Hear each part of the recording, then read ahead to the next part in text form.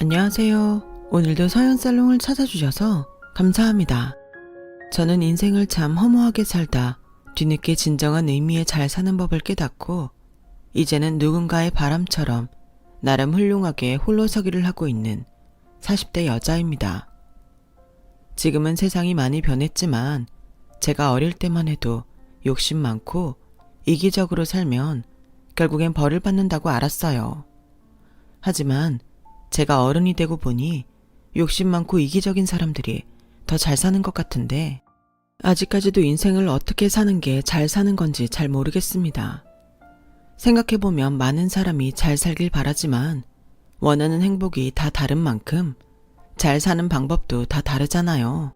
그런데 저는 바보처럼 어릴 때부터 착하게 사는 게 잘 사는 거고 그렇게 살면 복을 받는다고 믿었어요. 참 한심하죠? 저도 잘 압니다. 그리고 그런 저의 믿음 때문에 뒤통수를 단단히 맞았는데요. 참 아이러니하게도 그때의 일로 바닥까지 내려간 제 삶이 지금의 인생을 살 수 있는 기회를 얻게 되었으니 이걸 두고 뒤통수 맞아서 다행이라고 해야 하나? 참 묘할 뿐입니다. 그리고 저에게 다시 일어설 수 있는 용기와 힘을 주신 분이 계셨는데 그분은 저의 전 시어머니세요. 연세는 많으셨지만 허리도 꼿꼿하시고 흰머리는 싫다고 꼬박꼬박 염색을 빼먹지 않고 하셨던 멋쟁이셨는데요. 지금도 시어머니를 떠올리면 어지간한 젊은 사람들보다 현명하셨던 기억이 가장 먼저 나요. 늘 뉴스와 신문은 빼놓지 않고 보셔서인지 당신 방에서 세상이 어떻게 돌아가는지 다 아는 그런 분이셨죠. 하지만 사람이 다 완벽할 수는 없잖아요. 유일한 시어머니의 약점은 늦게 낳은 당신의 외동 아들이었고 어지간해서는 모르는 게 없는 시어머니는 다른 건 다 보여도 아들의 속엔 뭐가 들어있는지 도통 알 수가 없다고 입버릇처럼 말씀하시곤 했어요. 그러면서도 그래도 당신 아들이 착한 마누라를 얻어서 다행이라는 말씀을 많이 하셨는데 물론 저 기분 좋으라고 하신 말씀이셨겠지만 그래서인지 남편과 헤어지는 그 순간에도 저는 시어머니와는 아무런 갈등도 없었네요. 시어머니는 어떡하든 남편과 저의 이혼을 막으려 애를 썼지만 당신의 약점이 당신의 아들인 만큼 아들이 어긋나는 걸 막지 못했고 그래서 그걸 저에게 가장 미안해 하셨는데요.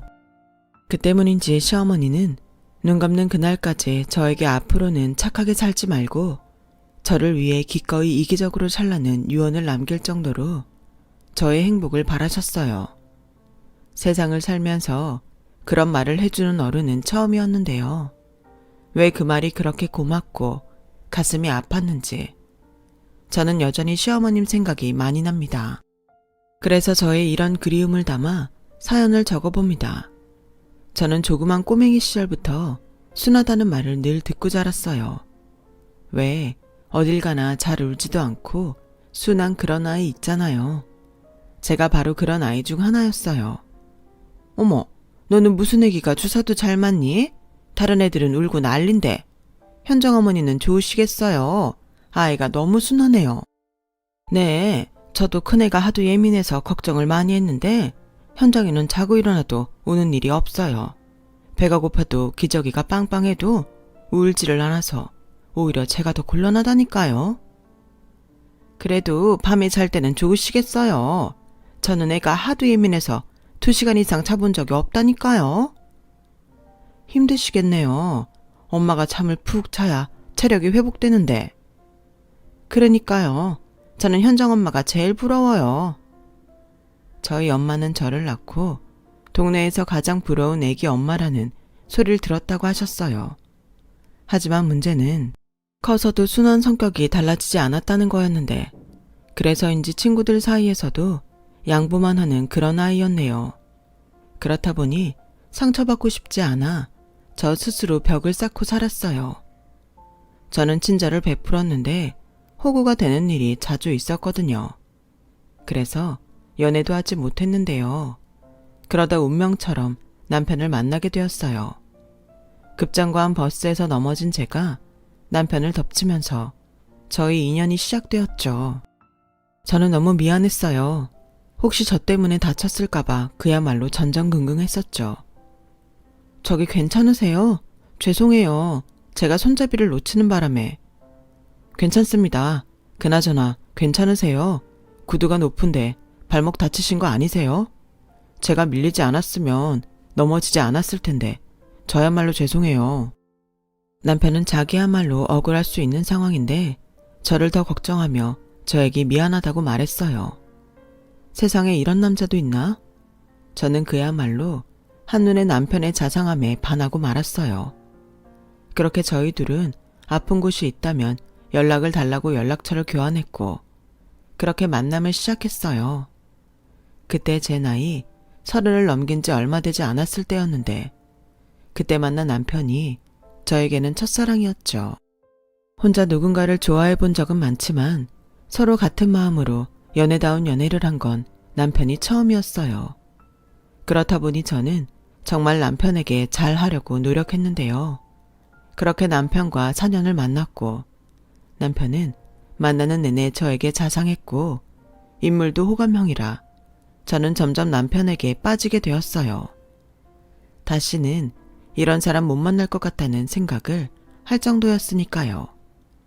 그렇게 긴 연애 끝에 저는 첫사랑과 양가의 축복을 받으며 결혼까지 하는 여자가 되었어요. 그리고 저는 남편을 많이 사랑하는 만큼 점점 남편 중심으로 살게 되었는데요. 누가 시킨 것도 아닌데 저절로 남편 위주가 되어갔죠. 그리고 사랑하면 그게 당연한 거라고 생각했는데 막상 살아보니 그것만큼 멍청한 짓이 없더군요. 하지만 그때는 애인도 아닌 남편인데 아내인 제가 남편을 1순위로 생각하는 게 맞다고 여겼어요. 그래서 이제 그 부분을 시어머니가 참 고마워하셨는데요. 저희 시어머니는 시아버님이 돌아가시고 계속 혼자 지내고 계셨는데 제가 그 부분이 마음이 쓰여 몇 번이고 함께 살자고 그렇게 말씀을 드렸는데도 당신은 혼자가 편하시다며 극구 사양을 하시던 그런 분이셨어요. 어머니, 그러지 마시고 저희랑 같이 살아요. 제가 불편해서 그러세요? 너도 참 특이하다. 다른 며느리들은 시어머니랑 살기 싫다고 그런다는데? 근데 난 진짜 혼자가 좋아. 진욱이 장가 보내고 이제야 찾은 자유인데 너 나 방해하지 마라. 저는 어머님이 혼자 계셔서 적적하실까봐 그러죠. 그럼 언제든 외로우시면 저 부르세요. 아셨죠?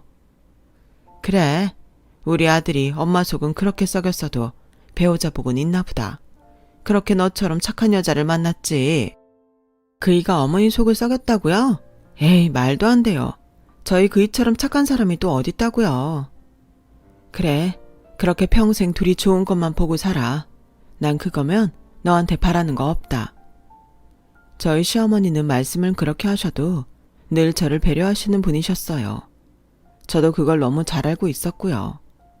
그래서 그때 당시는 그 부모의 그 아들이라고 제가 어쩌다 이런 좋은 사람들과 가족이 되었을까?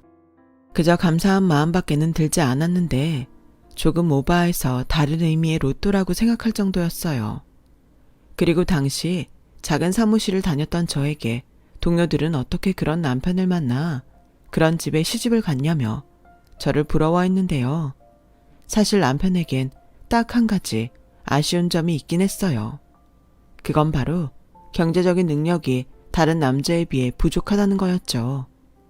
저는 살면서 크게 욕심을 내는 편이 아니라서 그건 별로 상관없다고 생각했어요. 돈이라는 게 원래 필요한 만큼 있으면 되는 거잖아요.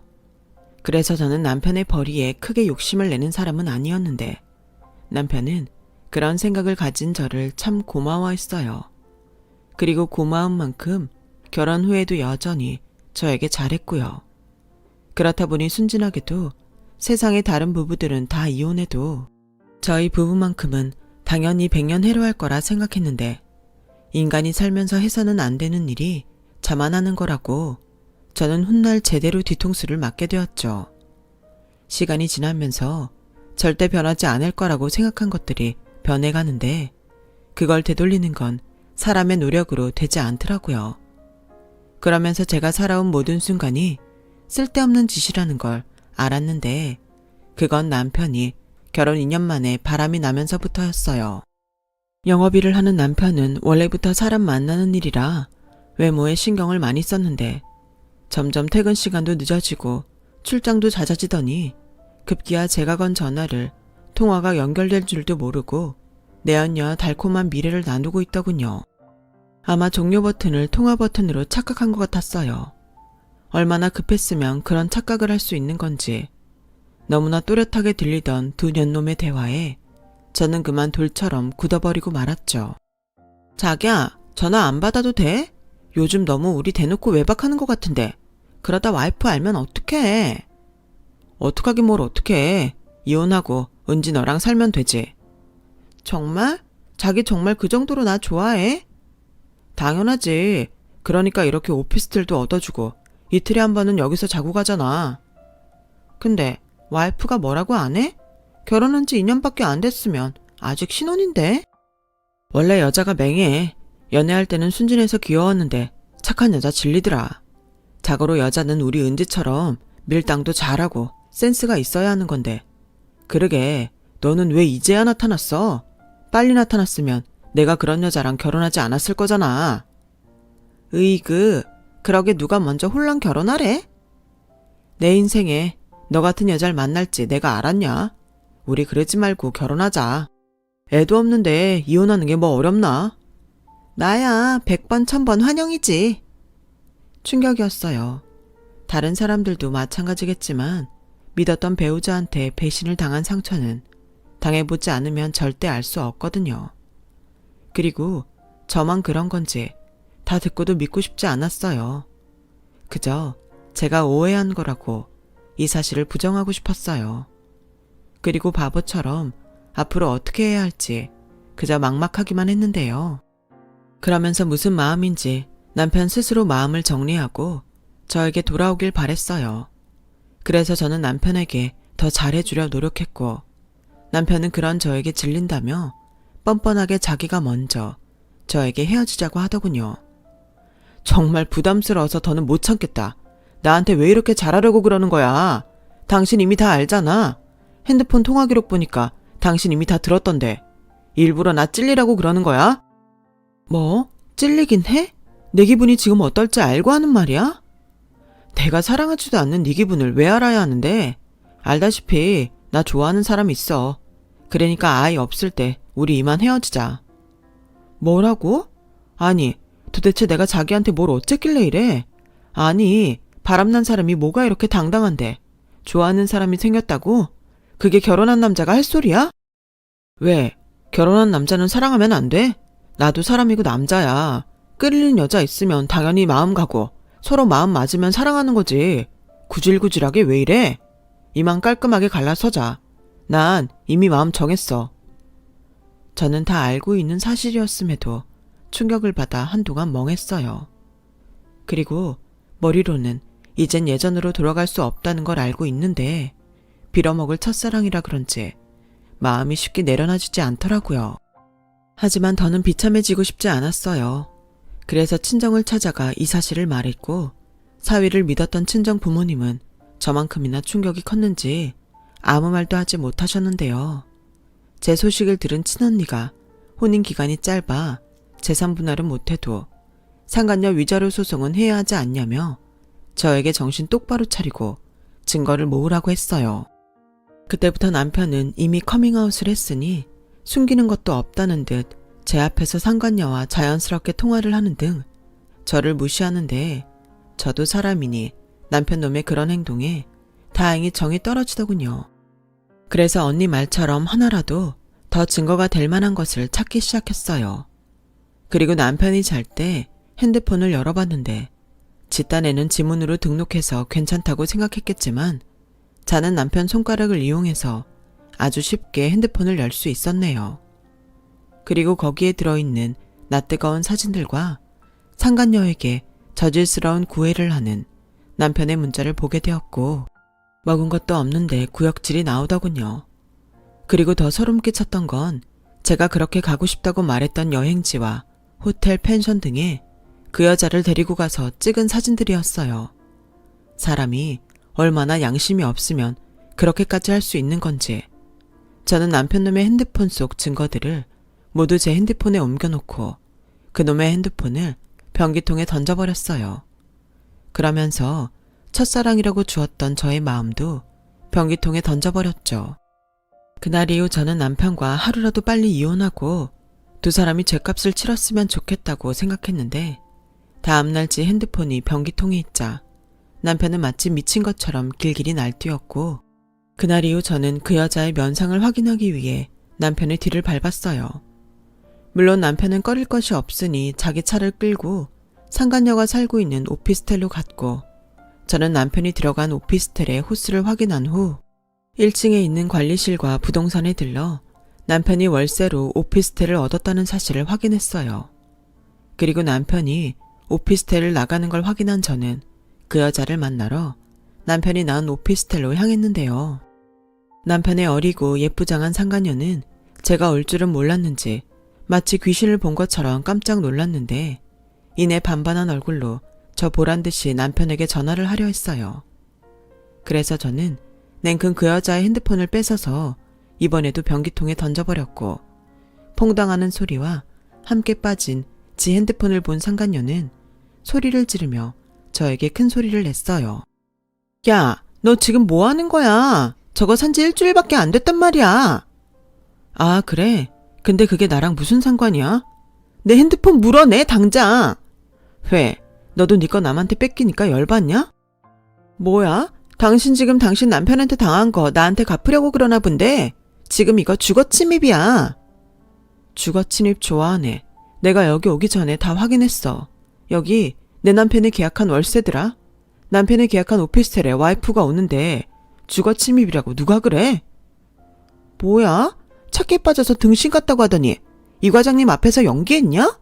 근데 지금 뭔가 단단히 착각하는 모양인데 당신 지금 나한테 이러는 거 당신한테 아무런 도움이 안 돼. 도움?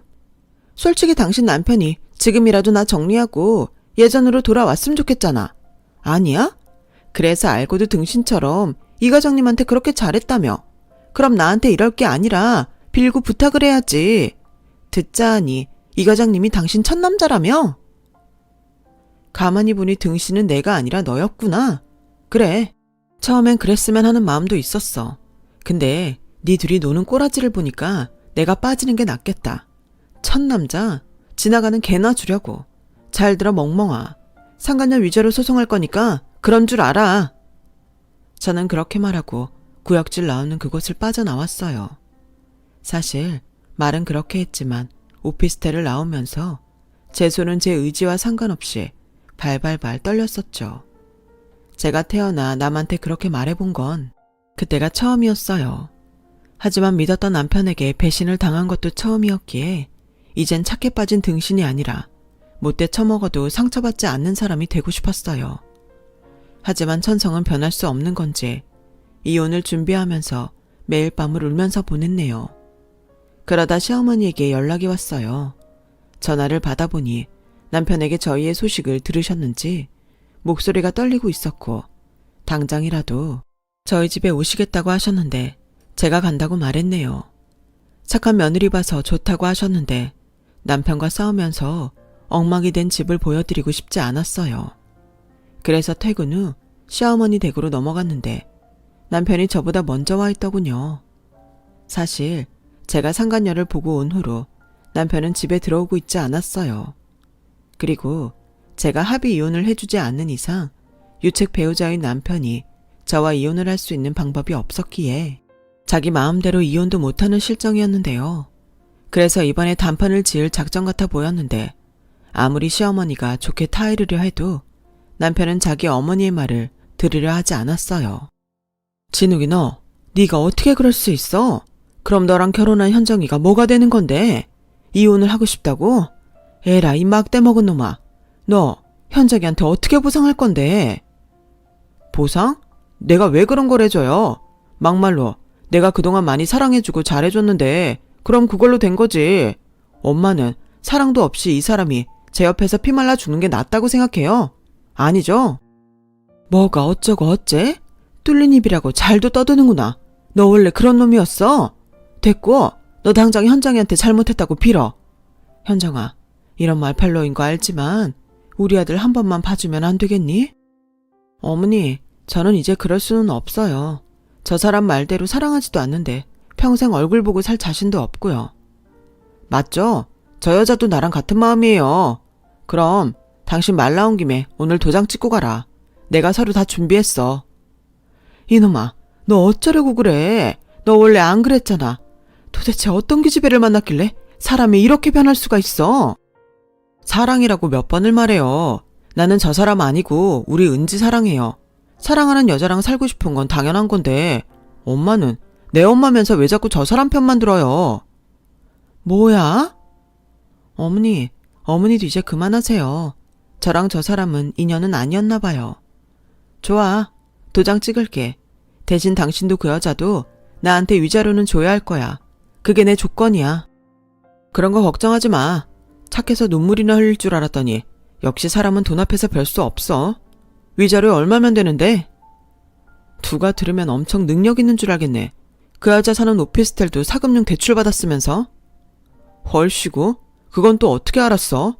와, 우리 와이프 능력 있네. 그래, 그거 알면 적당히 불러라. 당신 착한 사람이잖아. 그리고 원래 첫사랑은 이루어지지 않는 거야. 그래서 애틋한 거잖아. 저는 어이가 없었어요.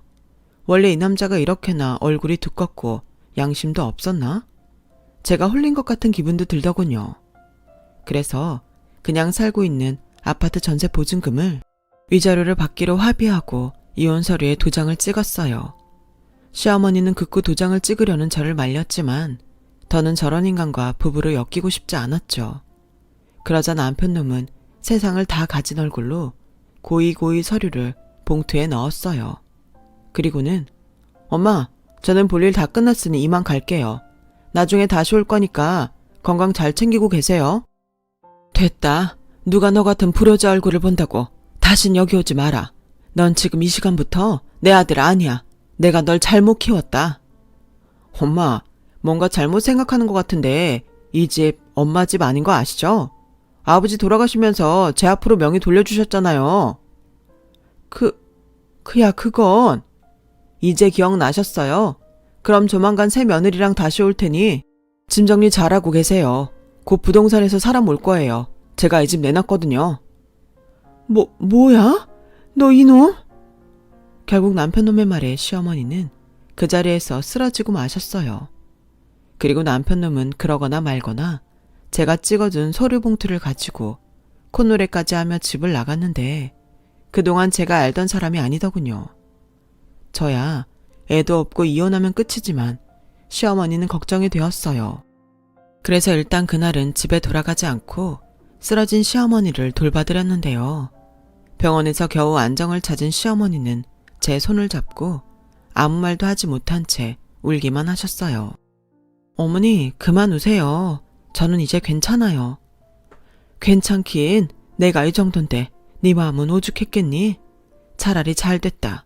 내 아들 같은 놈은 있고 새 출발해. 넌 좋은 사람이니까 분명 좋은 사람이 금방 나타날 게다. 정말 미안하다. 못난 아들을 가진 내 탓을 하렴. 어머님이 무슨 잘못이 있겠어요. 저도 저지만 그 사람이 빨리 정신을 차렸으면 좋겠어요. 저는 그렇게 긴 연애와 상반되게 짧은 결혼 생활을 정리했어요. 남편에게 받은 전세 보증금으로 이사도 준비했고요. 그놈과 함께하던 모든 곳에서 벗어나고 싶었죠. 그래서 동네까지 바꿔 다른 곳으로 이사를 마쳤는데 모르는 번호로 연락이 한 통 왔어요. 그게 제가 이혼하고 4개월 정도 되어가던 때였는데 전화를 받고 저는 깜짝 놀랄 수밖에 없었어요. 그리고 사진 하나가 제 핸드폰에 왔는데 시댁 대문 앞에 버려진 가구들과 함께 시어머니가 추운 겨울 오들오들 떨고 있는 사진이었어요. 저는 당장 다시는 상종하기 싫은 전 남편놈에게 전화를 걸었는데 들려오는 건 그놈이 핸드폰 번호를 바꿨는지 없는 번호라는 안내였죠. 저는 우선 택시를 잡아 타고 시어머니가 떨고 있는 시댁으로 향했어요. 그리고 준비해간 제 옷을 시어머니에게 입혀드리며 어떻게 된 일이냐고 물었는데요. 자고 있는데 웬 낯선 사람들이 들이닥치더니 안에 있는 물건을 죄다 밖으로 내다 버렸다. 근데 내 옷이 다 붙박인 자게 있는데 그건 절대 못 준다는 거야. 그러면서 내 핸드폰을 보란 듯이 망치로 부셔버리는데 얘야, 어떻게 이런 일이 있을 수 있니? 아니 어떻게 지를 낳아준 어미한테 이럴 수 있어. 어머니, 일단 저희 집으로 가세요. 그 사람 핸드폰 번호도 바꿨는지 연락도 안 되고 어머님 말씀 들어보니 작정하고 그러는 것 같은데 어머님 연세도 있고 이렇게 계시면 큰일 나요. 아니 그래도 내가 어떻게 너한테. 어머니, 아무리 제가 이혼했어도 저는 어머님을 남이라고 생각하지 않아요. 현정아, 아니 그 썩을 놈은 어째 너같이 착한 애를. 어머니, 그 말은 이제 그만하고요. 저 이제 착한 거 싫어요. 저는 그렇게 시어머니를 모시고 이사한 집으로 왔어요. 시어머니는 얼마나 밖에서 떠셨는지 손과 발에 동상이 다 걸렸더라고요. 제가 다 속이 상했어요. 그리고 제가 알아보니 남편 놈은 결국 그 여자와 재혼을 하기 위해 시어머니가 사는 집을 팔았는데 그러는 과정에서 공실로 만들어야 했는지 이런 말도 안 되는 짓을 벌였다는 걸 알게 되었어요. 아니, 재혼을 하면서 자기 부모한테 이렇게까지 할 일인가? 저는 기가 막혔네요. 그렇게 시어머니는 싫다고 하셨지만 제가 우겨서 전 시어머니와 함께 지내게 되었어요. 저희 부모님은 이혼한 마당에 무슨 오지랖이냐며 반대하셨지만 당장 시어머니가 갈 곳이 없기에 저는 당분간은 제가 모시겠다고 친정에 말했어요. 그로 인해 저도 친정과 싸우게 되었지만 연세도 많고 충격에 빠진 시어머니를 저라도 지켜드려야 한다는 생각밖에는 없더라고요. 그런데 시어머니는 저와 같은 마음은 아니었나 봐요. 당신께서 직접 아들이 모든 재산을 뺏고 당신을 길에 버렸다며 당신 아들을 신고했고 경찰은 전 남편의 행방을 찾기 시작했는데 하늘로 솟은 건지 땅으로 꺼진 건지 재혼했다는 그놈은 흔적조차 찾을 수 없었어요.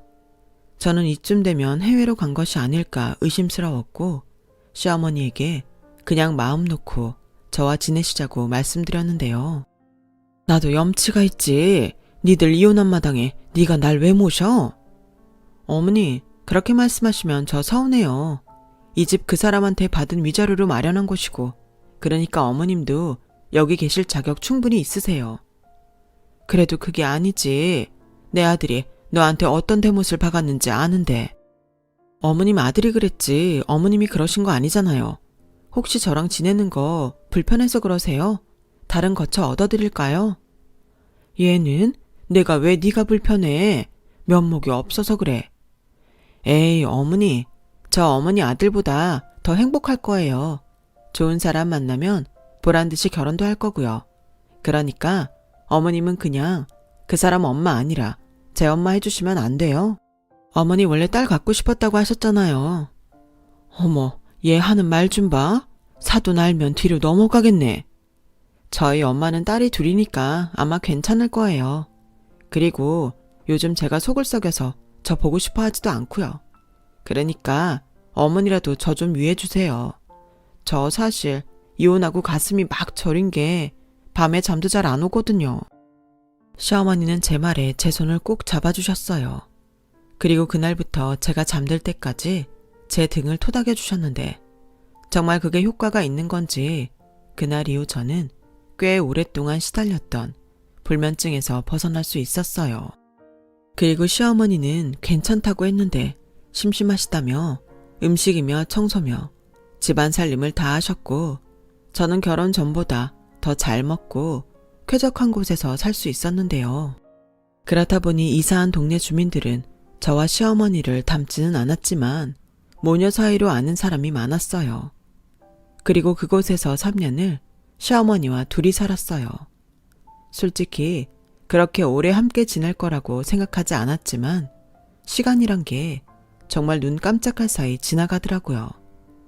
그러면서 시어머니는 연세 때문인지 조금씩 건강이 나빠지셨고 그 일을 겪기 전에는 그래도 정정하셨는데 조금씩 나빠지시더니 3년이 지나자 움직이는 시간보다 누워 계시는 시간이 느셨어요. 병원에서는 연세가 있으셔서 면역력도 떨어지고 체력도 떨어져 어쩔 수 없다고 영양제 주사를 놓아주셨는데 그러는 동안도 시어머니가 찾는 남편의 행방은 계속 찾지 못했죠. 그러자 시어머니는 어느 날 저에게 부탁이 있다며 이내 오래 전부터 생각하셨다는 말을 꺼내셨어요. 아무래도 내가 계속 여기 있는 건 너한테 못할 짓 같다. 그래서 하는 말인데 너 양로원이나 저렴한 요양원 좀 알아봐 줄 수 있니? 진욱이 그놈 아무래도 나 죽을 때까지 나타나지 않을 심상 같구나. 어머니, 무슨 말씀을 그렇게 하세요. 양로원이라뇨. 싫어요. 저 그렇게 못해요. 아니, 내가 여기 있으니까 니네 부모님이 너 만나러 오지도 못하시고 이건 아니지. 너 이 늙은이를 얼마나 더 염치 없게 만들려고 그래. 이젠 기력도 없어서 집안일도 못하잖아. 내 부탁이다. 그러니 제발. 아무리 부탁이라고 하셔도 저 그 부탁 못 들어드려요. 제가 말씀드렸잖아요. 이젠 저 착하게 살지 않을 거라고요. 그리고 누가 어머니한테 집안일 해달라고 했어요? 어머니 아들 때문에 저 많이 속상했으니까 그냥 어머님도 제 옆에서 마음 불편해도 참고 계세요. 뭐? 저는 말은 그렇게 했지만 시어머니가 저와 마음 편하게 조금이라도 건강을 회복하고 예전처럼 지내길 바라고 또 바랬어요. 다른 사람들은 이해 안 간다며 저에게 이상하다고 했지만 저는 시어머니와 함께 지내는 게 정말 불편하지 않았거든요. 오히려 남편도 나타나지 않는 마당에 시어머니가 아무도 모르는 곳에 계신다고 생각하면 그게 더 저를 불안하고 초조하게 만들었어요. 그렇다고 시어머니가 부담을 느끼고 있다는 걸 모르지 않았는데 아무리 제가 잘한다고 해도 제가 친딸이 될 수 없으니 저는 그게 가장 마음이 아팠죠. 그리고 그런 마음이 들수록 도리도 모르는 행방이 묘연해진 남편 놈을 미워하고 원망했어요. 그리고 그러던 어느 날 경찰서에서 아무래도 남편 놈은 실종되었거나 이미 세상을 떠나 행방을 찾을 수 없는 게 아닌지 의심된다는 말을 듣게 되었어요. 주소며 카드 사용 등 어떠한 추적도 되지 않는다고 하더군요. 그리고 해외 출국한 기록도 없다고 했어요. 그러니 저는 남편을 찾는 건 불가능하다는 말을 끝으로 전해줬는데요. 저는 시어머니가 또다시 충격을 받지 않을까 걱정했는데 그런 저의 걱정에도 불구하고 시어머니는 의외로 덤덤하게 경찰의 말을 끝까지 들으셨어요. 저는 이렇게 된 거 이제 더는 남편을 찾지 말자고 시어머니에게 말했고 시어머니는 제 손을 꼭 잡더니 저에게 이제야 줄 것이 있다며 손바닥만한 작고 낡은 지갑을 주시더군요. 어머니, 이게 뭐예요? 내가 집에서 쫓겨나올 때 겨우 챙겨 나온 거다. 거기 금고가 있는 은행 주소가 있어. 도장도 있고 내가 벌써 전화는 해놓았으니 가서 네 이름 말하면 다 알아서 해줄 거다. 금고요? 저는 무슨 말씀인지 하나도 모르겠어요. 망할 그놈은 나한테는 정말 아무것도 없는 줄 알아. 나나 영감이 그저 검소하게 살았거든요. 그래서 그 집 하나 있는 줄 알 텐데 영감이 죽기 전에 내 앞으로 해준 재산이 있다. 자식이 있어도 이렇게 부모를 버리는데 이제라도 이걸 너한테 주마. 어머니, 저 이거 못 받아요. 제가 뭐라고 이걸 받아요? 그리고 늦게라도 그 사람 알면 그땐 어쩌라고요. 지금까지 아무 대가 없이 날 걷어준 선물이야. 나도 죽기 전에 보답은 해야지. 싫어요. 저 이런 거 없어도 어머님이랑 지내는 거 충분히 보답 받았다고 생각해요. 어머님이 저한테 얼마나 잘해주셨는데요. 사실 내가 그놈을 찾은 건 이것 때문이었어. 그놈이 너한테 이혼도장 찍으라고 할 때 그때 마음 정했다. 이건 아들이 아닌 너한테 줘야겠다고. 근데 그놈이 이걸 알면 또 난리를 칠 테니 최대한 조용히 너한테 넘기고 싶었다. 아가, 이건 내가 너한테 꼭 주고 싶어서 그래. 그리고 사돈한테도. 이제 나도 언제 어떻게 될지 모르는데 마음이라도 홀가분하게 해주렴.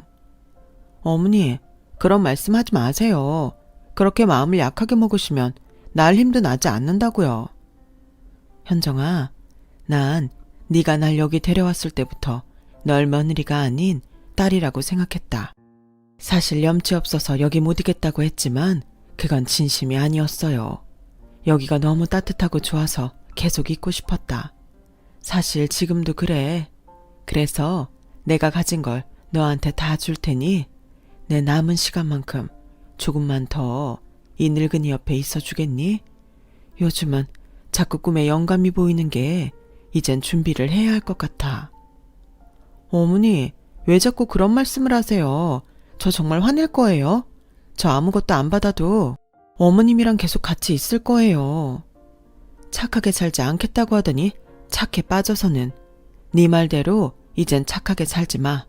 이기적이어야 행복하다면 기꺼이 이기적으로 살아. 내 아들보다 더 잘 살란 말이다. 그게 내가 진짜 너한테 바라는 건데 들어줄 수 있지? 저는 시어머니 말에 그만 눈물을 터뜨리고 말았어요. 시어머니는 그 와중에도 꼭 약속을 하자며 새끼손가락을 보이셨는데 앙상해진 시어머니의 손가락에 제 새끼손가락을 걸며 약속을 했어요. 앞으로 얼마의 시간이 남았는지 모르지만 시어머니와 하루하루 소중하게 행복하겠다고요. 그런데 그런 저의 바람은 지켜지지 않았어요. 행방을 찾을 수 없다던 남편놈이 나타났거든요. 제가 계속 싫다고 하니 시어머니가 그럼 함께 금고가 있는 은행을 갔다 오기만 하자고 하셨고, 그렇게 처음으로 VIP 개인 금고가 있는 은행을 가게 되었는데 거기서 남편놈과 내연녀와 거짓말처럼 만났죠. 그리고는 이날만 기다렸다는 듯 남편놈이 이렇게 말했어요. 아유, 끈질기다 끈질겨. 3년이나 아무것도 없길래 진짜 아무것도 없는 줄 알았잖아요. 이혼한 며느리랑 도대체 어딜 가세요? 여긴 보통 은행이 아닌데. 자기야, 정말이었네. 난 자기가 허풍 떠는 줄 알았잖아. 그래서 괜히 결혼했다고 후회하고 있었는데. 봤지? 생각보다 오래 걸리긴 했어도 빈털터리로 내쫓으면 남겨진 재산 찾으러 갈 거라고 했잖아. 너 설마 이것 때문에 숨어서 나 지켜보고 있었냐? 그러니까요. 제 속이 얼마나 답답했는지 아세요? 아니, 빨리빨리 있는 재산이나 찾으러 가시지. 이혼한 며느리 집에 얼마나 있는 거예요? 이놈이? 너 그것 때문에 나 엄동설안에 내쫓은 거야? 뭐 급박해야 또 급히 찾으시니까. 근데 저 사람이 나타나서 제가 얼마나 깜짝 놀랐게요. 엄마 때문에 헤어지고 3년 동안 저 사람 뒤만 밟았잖아요. 정말 사람이 어떻게 그래? 능력 없으면 심보라도 고쳐먹어야지. 재산 때문에 그런 짓을 했다고? 남은 빠지고 이제 당신이랑 나 아무 사이 아니잖아. 그리고 저기 은행에 같이 갈 사람도 당신이 아니라 아들인 나야. 엄마, 가세요. 가긴 어딜 가? 너한테 줄 건 단 한 푼도 없어. 썩 꺼져. 시어머니는 역정을 내시고 그 자리에서 실신을 하시고 마셨어요. 가뜩이나 요즘 기력이 없으셔서 걱정이었는데 저는 119를 불러 근처 병원으로 시어머니를 모셨죠. 그러자 남편은 타인은 이만 빠지라며 저를 병원 밖으로 내쫓았고, 상간녀는 택시나 타고 가라며 저에게 10,000원짜리 한 장을 던졌는데 저는 병원에 누워 계신 시어머니가 너무 걱정되어 집에 갈 수 없었고 병원 로비에서 발만 동동거리며 앉아 있었는데요. 그러다 문득 저 혼자는 감당이 되지 않으니 도움을 청해야겠다고 생각하게 되었어요. 그렇게 1시간이 흘렀을까? 시어머님이 깨어나셨는지 싫다는 남편의 손에 부축을 받으며 시어머니가 나오셨고, 상간녀가 먼저 저를 발견했는지 저에게 다가와 뻔뻔하게 이렇게 말하더군요. 아니, 여태 안 갔어? 왜? 눈앞에서 재산이 사라지니까 미련이 남았나? 내가 던져준 10,000원으로는 성에 안 차나 봐? 야, 난 재산 필요 없으니까 어머니만 모시고 가게 해줘. 어차피 니들이 모실 것도 아니잖아요. 어머, 웃겨? 당연히 모시진 않지. 그렇다고 전부인인 네 손에 맡기겠니? 막말로 저 늙은이한테 뭐가 더 있을지 누가 알아? 그때였어요. 병원 문이 열리더니 저희 엄마가 제 앞에서 호기롭게 떠들던 상간녀 머리채를 잡았고, 아빠는 전 남편 멱살을 잡았는데, 네, 제가 도움을 청한 곳은 바로 저희 친정이었어요. 그동안 제가 시어머니와 함께 지낸다고 뭐라고 하긴 하셨지만 곧이어 시어머니 연세가 있으니 그래도 모시는 동안 잘하라고 하셨거든요. 그래서 남편놈이 나타나서 시어머니가 쓰러졌다고 연락을 드리니 당장 오시겠다고 하셨어요. 그렇게 저희들은 모두 병원에 신고로 경찰서에 가게 되었고, 거기서 소름 끼치는 사실을 하나 알게 되었어요. 글쎄, 그 연놈이 지내고 있던 곳이 다른 사람 명의이긴 했지만 제가 사는 곳과 아주 가까웠고 3년 동안 거기서 저와 시어머니를 감시하며 지금까지 지냈다는 거 있죠. 세상에, 그동안 감시를 받고 있었다니 저는 정말 온몸에 소름이 끼칠 정도였어요. 그리고 시어머니는 당신 목숨이 끊어지기 전에 절대 재산을 아들에게 넘기지 않겠다며 은행에 연락해 변호사를 불렀고, 변호사는 시어머니를 위험한 상황에서 내친 점과 그동안 부양의 의무를 저버린 것을 토대로 남편에게 재산을 상속받을 권리가 없다고 했어요. 그러자 남편 놈은 그런 게 어딨냐며 소송을 벌이겠다고 큰소리 쳤는데 결국 전 남편도 변호사를 선임해 법적 싸움을 하게 되었어요. 시어머니는 날로 쇠약해지시는데 법적 절차는 길어지니 제 마음이 좋지 않았죠. 그래도 시어머니는 재판이 끝날 때까지는 꼭 버티겠다고 하셨어요. 당신은 당신 재산을 지켜 저에게 꼭 물려주겠다고 하셨는데 솔직히 그게 다 무슨 의미인가 싶었네요. 하루하루 시어머니가 힘들어하는 모습을 보는 게 저에겐 곤욕이었어요. 변호사를 통해 알게 된 시어머니의 재산은 현금 20억과 100평의 땅이었는데 무슨 부귀영화를 누리겠다고 그 많은 걸 욕심내나 싶었어요. 하지만 시어머니는 그런 제 마음과 달랐고 결국 모든 재판이 마무리되는 그 순간까지 버티셨는데요. 법적으로 당신의 재산이 모두 제 앞으로 넘어오게 되던 날, 시어머니는 그제야 편안한 미소를 지으시며 그날 저녁 먼 길을 떠나셨어요. 저에게 선물을 꼭 주고 싶다고 하시더니 어머님 자체가 저에겐 돈보다 더 귀한 선물이었다는 걸 왜 모르셨는지 미처 다 전하지 못한 제 마음이 죄송할 따름입니다. 굉장히 많은 말을 해드린 것 같지만 지금 생각하면 전하지 못한 말이 더 많은 것 같아요. 시어머니의 장례를 치르던 날, 남편 놈은 세상에 이런 법이 어딨냐며 어머님의 빈소까지 엉망으로 만들었어요. 남편은 제가 자기가 가져야 할 유산을 가로채갔다며 저를 고소한다고 큰 소리를 쳤는데 자기 마음대로 되지 않는 모양이었어요. 그 상간녀도 막대한 유산을 받을 줄 알고 남편 옆에 붙어 있었는데 물거품이 되자 이혼을 요구하고 있는 것 같더군요. 자업자득이라고 그놈이 부디 천벌을 받았으면 좋겠어요. 저에게 고소를 하겠다는 그놈은 다시 행방불명이 되었어요. 제가 그동안 남편놈에게 3년 동안 감시당한 걸 경찰에 고소했거든요. 그리고 남편에게 접근 금지 신청도 해두었어요. 저는 시어머니의 빈자리가 너무 커 지금은 친정에 들어와 부모님과 함께 지내고 있어요. 분명 결혼 전 살던 곳이고 친부모님이라 더 편할 텐데 저는 이따금씩 시어머니가 안 계신다는 게 아직까지도 거짓말 같아요.